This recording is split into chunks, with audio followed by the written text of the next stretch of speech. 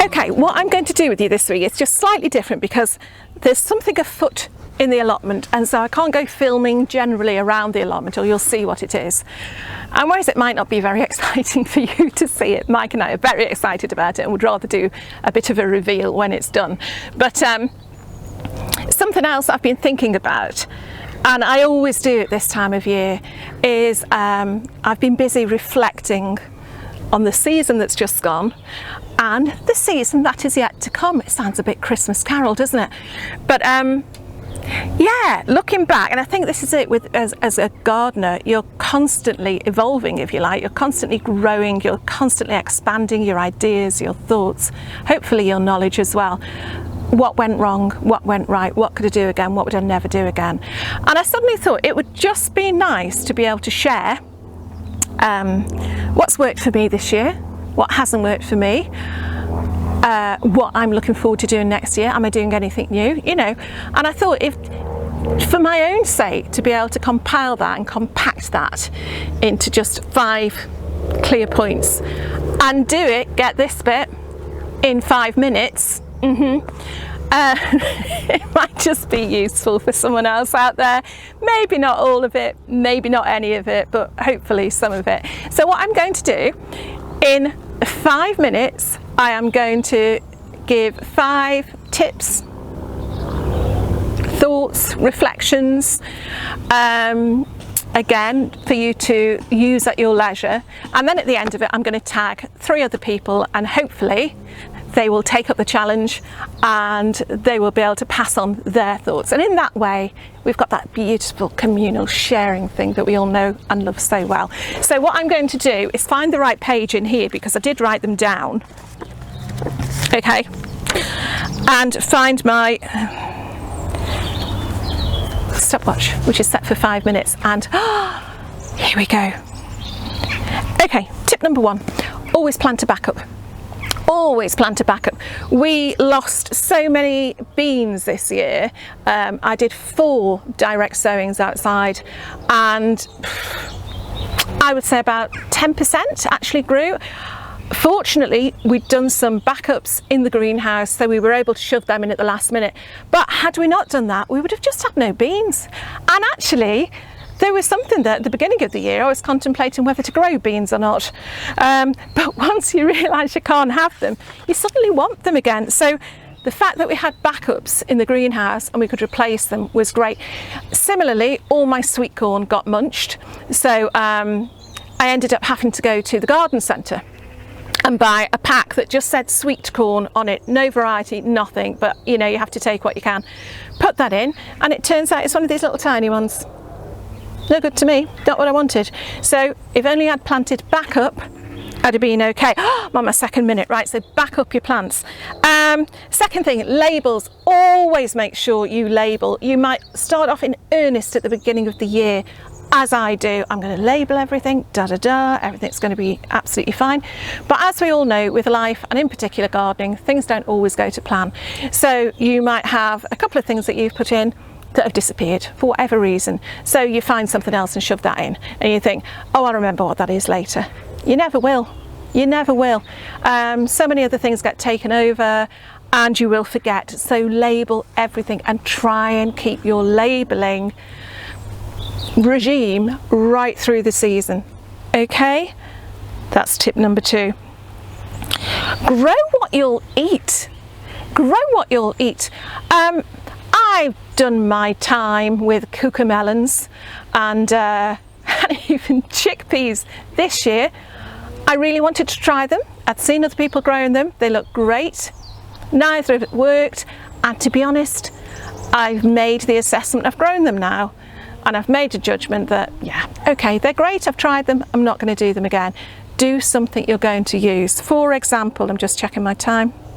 For example, my tomatoes, I've grown so many cherry tomatoes this year because I had a pack of Sun Gold. Sun Gold, the sweetest tomato, if you've never tried it. If you've tried something sweeter, let me know. But really, for cooking, which is what I want the majority of my tomatoes to act as cooking tomatoes, to make sauces to last me through the winter, I'm far better off growing beefsteak tomatoes and large plum tomatoes. So I will certainly be doing that next year, cutting back on the cherry tomatoes. They're lovely, just not as useful as far as your cooking is concerned. Back up, cherry tomatoes. Label. Diary. Have some form of book, notebook, box, where you can put all your ideas, your thought, your pictures, your seed packets, something in as a working journal that you can start making notes of. If nothing else, it's just great, as with the labels, it's great to look back on what your ideas were at the beginning of the year, because things, they do change. I defy anyone to say that they will have the same ideas at the end as they had at the beginning, or that everything went to plan. So yeah, have some sort of journal, keep notes. It is an absolutely brilliant tool to advise you on what you're going to be doing next year, what worked, what didn't, etc. And also it gives you something to do in the winter when we're all sitting there twiddling our thumbs. You know, even if you do grow winter vegetables, there are going to be days where you're sitting there twiddling your thumbs and thinking, you know, what can I do? I really want to do something in the garden. Get stuff on here planned out. Look, I've got my actual garden planned out on there. Oh, you know, you can have crossings out. It's only useful to you. It doesn't have to be perfect. But yeah, that is such a useful thing to have. So my last one. Okay, I'm into my 5th minute. Share. Share your ideas, share your knowledge, share your encouragement, share what's gone right for you, what's gone wrong for you. Share seeds, share your produce, share your recipes. You know, I know it sounds really cheesy to be saying this all the time, but you know, it is, the gardening community is so much about sharing. You know, if you're new to a plot, there are going to be so many people with so many ideas to help you. We walked past one today, a plot at the end of the lane that's completely grown over, and there are several people in there trying to do it. And there's a man who's been here for about 30 years, and he was saying, anything you need, anything you want, just ask. How nice is that? Just share. Can you hear that? Okay, right. Oh, I can't do now. Okay, hopefully that was useful to you. Labels, diary, grow what you want, share, backup. 5 things, 5 minutes. Whew. Honestly, and it all seemed to go into one another, but you know, hopefully you've been able to pick something up from that. Right, 3 people I am going to tag, and I'm going to hand the mantle over to share their 5 things. Oh, Liz Zorab. Liz at By the Farm, absolutely brilliant. Liz, I want to know your 5 things. Not necessarily tips, but 5 things that have worked or not worked for you this year. Richard and Paul, let me know. You're in a completely different growing environment, as in you've got an allotment in London, okay, whereas Liz has got a small holding in Wales. You've got an allotment in London. I want to know what your 5 things are. It doesn't matter if they're the same, it doesn't matter if there's a bit of crossing. And then for my 3rd person, I haven't thought this through again.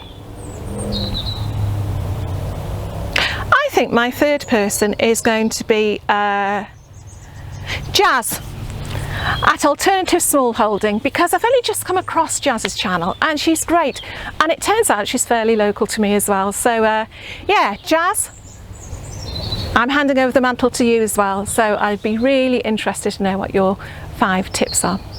Okay, how was that for a quick video? I bet the kettle hasn't even boiled yet. I'm going to leave you there. Okay, I will be not here next week because I'll be at the Malvern Show. Get that right, Jane. With Liz Zorab, Hugh Richards, Vivi Gregory, and we are going to be on stage, I think it's more of a little podium, at 3 o'clock answering some, well, question and answers from similarly like-minded allotment gardeners or people who grow your own. So if you're going to be there, try and make it along at 3 o'clock and we'll see you there. It's going to be good fun. It is going to be good fun. I know there's quite a few YouTubers going, so we're going to try and get together for a nice big YouTuber photo as well, so that'll be good fun. But I'll put more details of that on the Facebook page, links below, and I'll be keeping you up to date with what's going on at the allotment on my Instagram page as well. Link is also below. So I'm going to leave you here on this beautiful, beautiful evening, and yeah, see you soon.